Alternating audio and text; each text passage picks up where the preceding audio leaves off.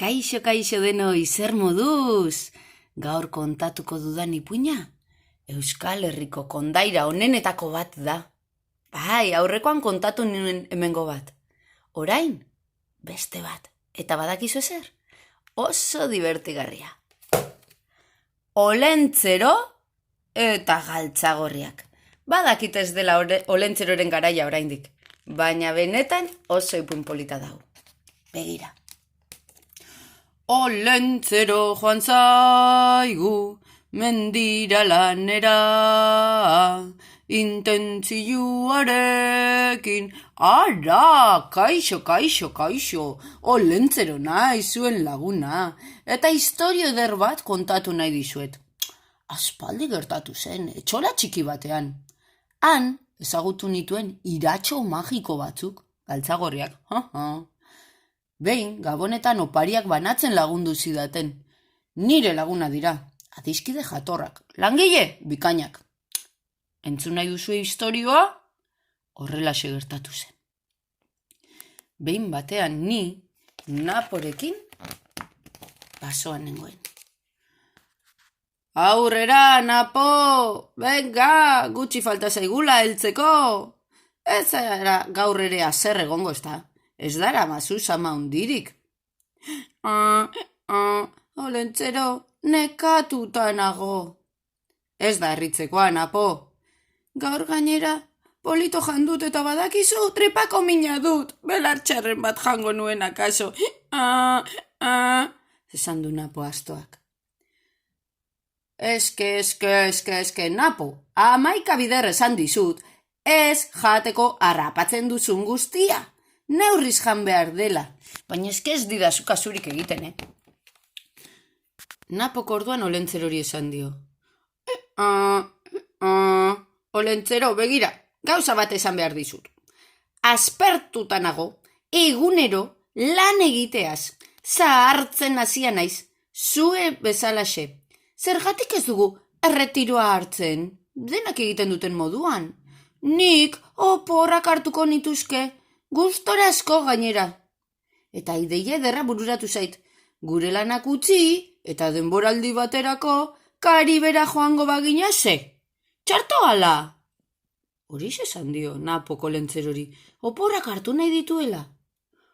Jo, ez dakit, Emazteari galdetu beharko diogu Mari Domingiri. Eta Napo eta olentzero Mari Domingina joan dira, etxera.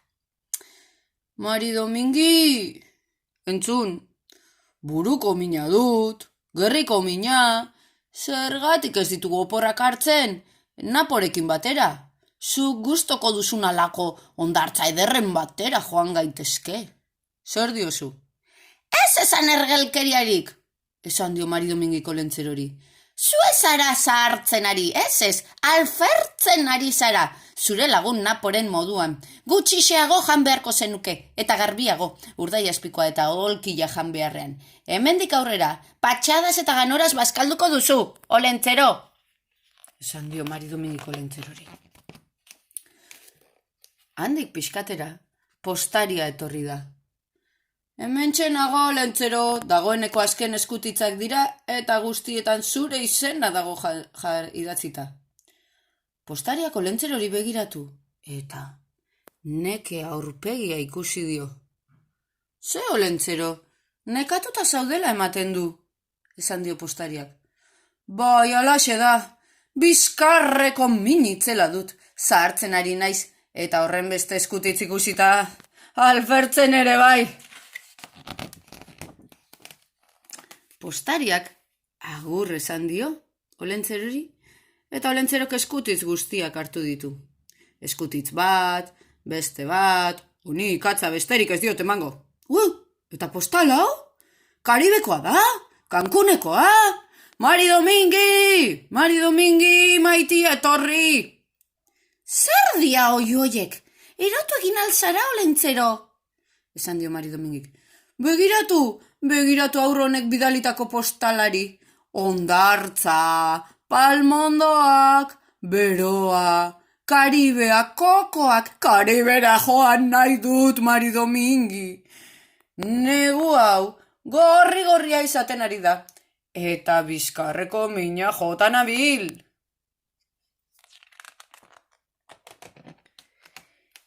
Zu zoratuta alzaude, Karibera, kokoak, ondartza, nork banatuko ditu opariak gu Karibera joaten bagara? Napo astoak? Olentzero, kopetilun dago. Ez, Napo gurekin eramango dugu, ea Kariben palmondo ostoak jan eta gaztetzen den.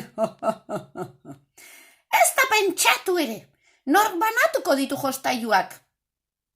Ez dakit ba, aurkituko dugu norbait. Mari Domingi, opariak prestatzen ari da. Handik laster zarata hotza entzun da. Norbaitek, atea jo du! Baina ez da postaria, ez?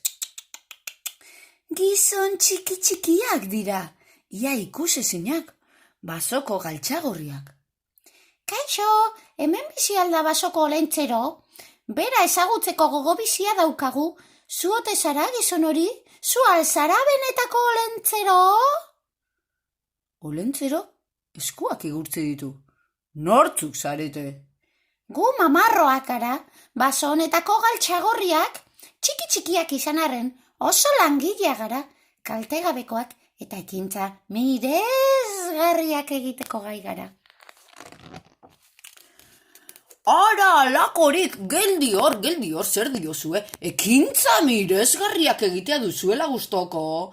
Mari Domingi, etorri hona mesedez, begira nortzuk etorri zaizkigun bisitan. Galtxagorriak, basoko iratxorik langileenak. Entzun dugu oso aspertuta zaudela, buruko eta bizkarreko minez. Gainera, Karibera joan nahi duzu, Napo astoarekin ez da?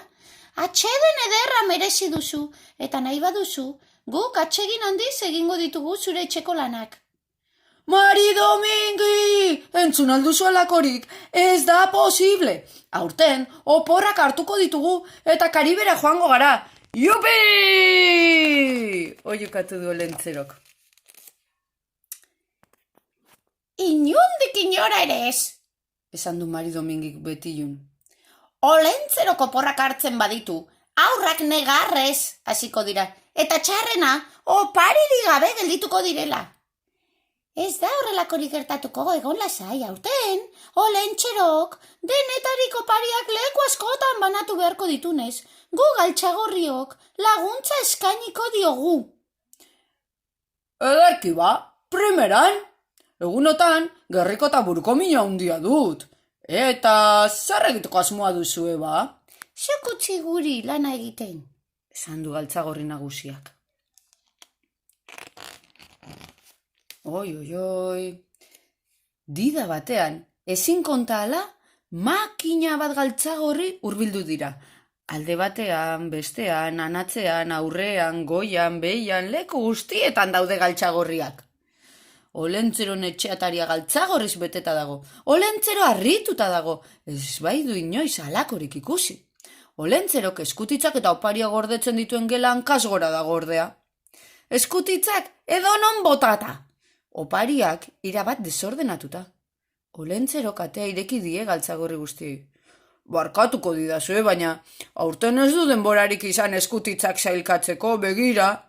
Han dauden opariak hiri handietakoak dira, eta ondokoak herri txikietakoak. Begira, galtzagorriak lanean hasi dira, jotazu, askar korrika harineketan, batzuek opariak antolatzen jardun dute, beste batzuek eskutitzak irakurri dituzte, gainerakoak sakutan gorde dituzte opariak. Bukatu dugu, esan du galtzagorri nagusiak, olentzero? Zure esanetara.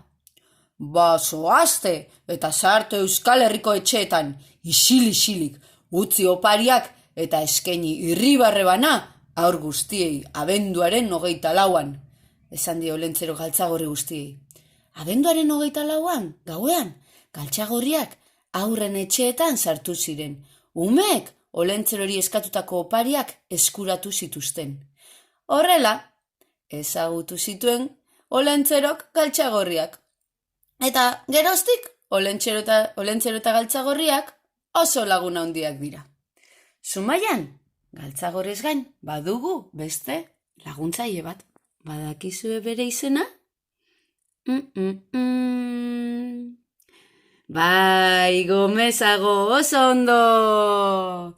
Eta ala bazan edo ez bazan, zar dadila kalabazan, eta atera dadila Zumaiako plazan. Ondo pasa!